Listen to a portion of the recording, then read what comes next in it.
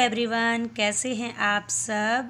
Welcome back to my channel. I hope कि आप बहुत ही अच्छे होंगे।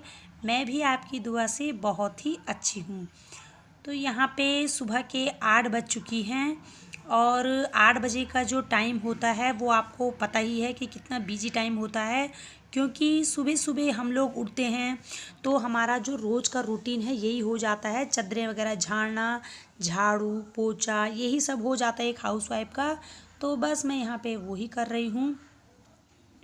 ये जो चद्दरें हैं इनको मैं सुबह मॉर्निंग में सबसे पहले उठ के झाड़ लेती हूँ। तकिए की गिलाफ अगर सेट करने हैं तो इनको सेट कर लेती हूँ, तब जाके ही मेरा मन मानता है। क्योंकि अगर हम सुबह उठते हैं और इसी तरह से ऐसे ही बिछा दें तो फिर बेकार सी लगती है। एक बार मैं इसे निकाल के अच्छे से झाड़ के तब जाके ही मैं इसे बिछाती हूँ। फिर मेरा मन तभी मानता है जब मैंने एक बार पूरे से अच्छे से सेट कर लिया इसको।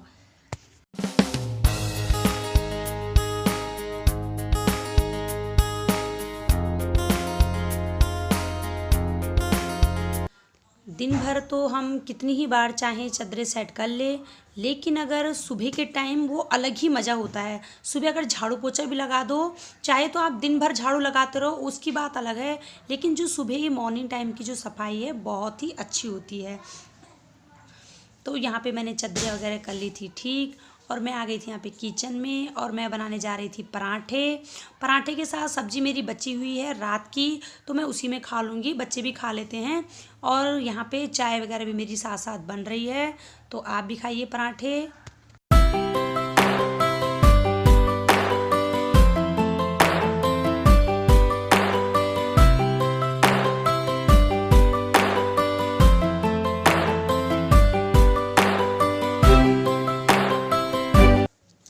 नाश्ता वगैरह हो चुका था, बच्चे नहा चुके थे, मैं भी नहा चुकी थी, और झाड़ू पोछा वगैरह सारा मेरा सब कुछ लग चुका था। और लगभग 11 बज चुकी हैं इस टाइम पे। देखो धूप भी अच्छी लगी हुई है। मौसम आजकल ठीक है, बारिश नहीं हो रही है, काफ़ी टाइम हो गया है, तो बहुत अच्छा मौसम हो रखा आजकल।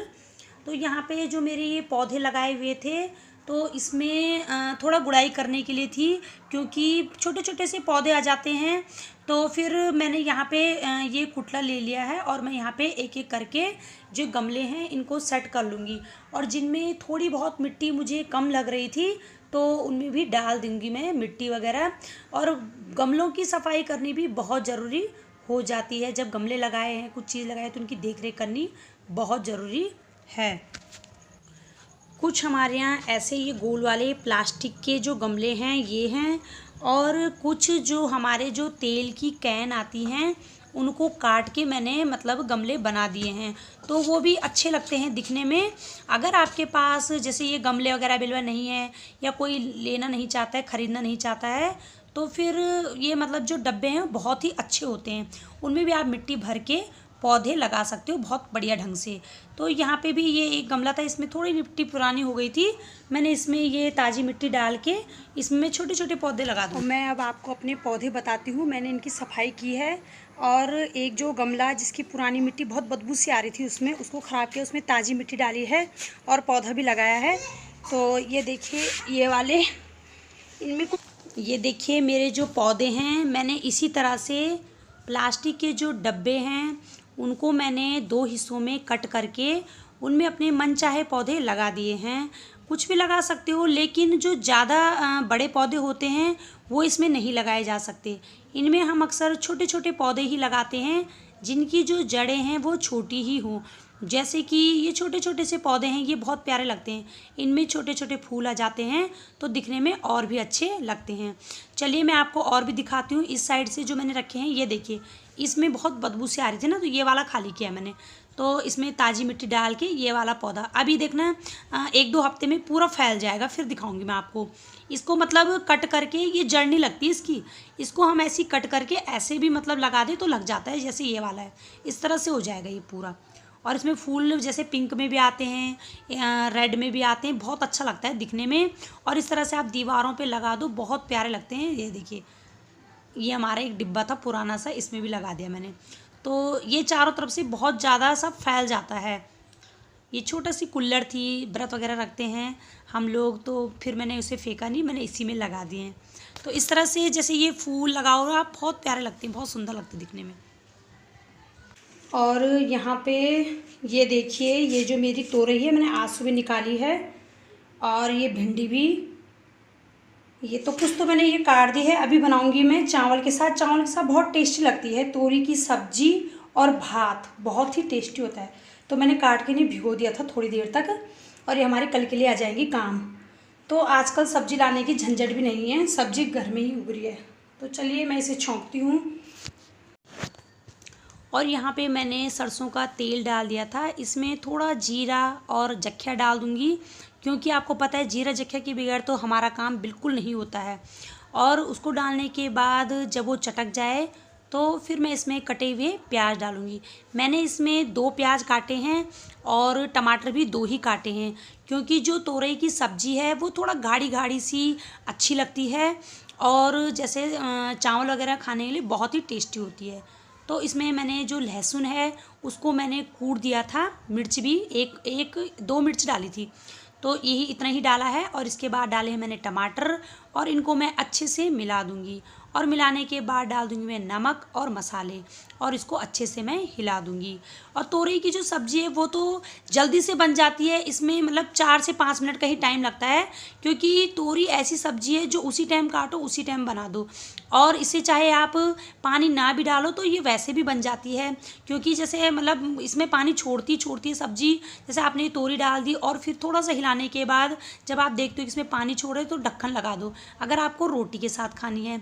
लेकिन अगर आपको चावल के साथ खानी है तो थोड़ा बहुत तरी तो चाहिए ही है, और मेरा बेटा तो तरी वाला है ज़्यादा, तो फिर मैं इसे थोड़ा तरी बनाऊंगी। इसलिए मैंने इसमें प्याज टमाटर थोड़ा ज़्यादा काटे हैं, क्योंकि फिर पानी पानी ज़्यादा बेकार लगता है, तो इसलिए थोड़ा सा गाढ़ी गाढ़ी सी तरी हो जाएगी तो अच्छी लगती है चावल में खाने के लिए। तो इस तरह से मैं इसे अच्छे से मिला दूँगी, और मिलाने के बाद देखिए कितनी अच्छी लग रही है दिखने में। और इसमें डाल दूँगी मैं ढक्कन, और ये मेरी पकती रहेगी। और यहाँ पे हन्नी देख रहा है बाहर कार्टून, क्योंकि अन्नू की हो रही है अंदर में ऑनलाइन क्लास। तो मैंने खीरे काटे थे तो वही खा रही थी मैं। हन्नी खा चुका था तो मेरे लिए बचाए थे 2-3, मैंने कहा चलो मैं भी खा लूँ। और यहाँ पे जो चावल है वो भी मेरे बन चुके थे, रायता वगैरह बना रही थी मैं। और हन्नी देखो कैरम खेलने की तैयारी में, काफ़ी दिन हो चुके थे उसने कैरम नहीं खेला था। तो फिर मैंने कहा बेटा पहले खाना खा लेते हैं, उसके बाद खेलेंगे शाम के टाइम पे। तो सारा काम हो चुका था, चावल भी बन चुके हैं, सब्जी मेरी जल्दी से बन ही गई थी, और रायता वगैरह भी मैंने बना दिया था। तो यहाँ पे देखिए जो सब्जी का कलर है कितना अच्छा निखर के आया है, बहुत ही अच्छी लग रही है, और खाने में तो और भी टेस्टी हो रही थी। और इस तरह से खाना बनाओ फिर बच्चे खा लेते हैं।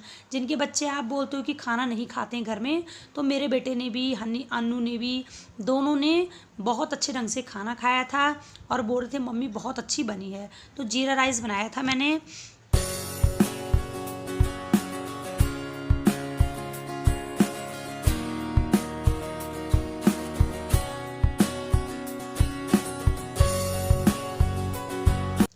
यहाँ पे शाम के 5:30 बज चुकी है, और चाय वगैरह पी ली थी हम लोगों ने। तो यहाँ पे जो मैंने दिन में मिट्टी वगैरह भरी थी इन पौधों को, तो वो ही सेट करने के लिए मैं पानी डाल रही थी। और यहाँ पे जो धूप है वो काफ़ी देर में जाती है, 6-6:30 बजे के लगभग, हल्की थोड़ा बहुत धूप थी यहाँ पे। तो फिर मैं यहाँ पे ये पानी वगैरह डाल दूँगी इन पौधों को अच्छे से, ताकि जो मिट्टी मेरी जो मैंने डाली थी वो अच्छे से सेट हो जाए। और यहाँ पे थोड़ा बहुत गंदा भी था, जो मिट्टी पड़ी हुई थी, तो इस तरह धुल भी जाएगा यहाँ पे। तो मैंने सारा पानी वगैरह इधर डाल के बाहर भी फर्श वगैरह सारा धो दिया था, क्योंकि गर्मी भी लग रही थी, तो थोड़ा ठंडा सा हो जाएगा। मैंने शाम के टाइम पे अच्छा लगता है, पानी भी आ रहा था बाहर में, और इस तरह से मैंने पूरे फर्श वगैरह अच्छे से धो दिया था। एक बार तो मैं सुबह धो लेती हूँ, फिर एक बार कभी टाइम लगता है तो शाम को भी धो लेती हूँ मैं इस तरह से।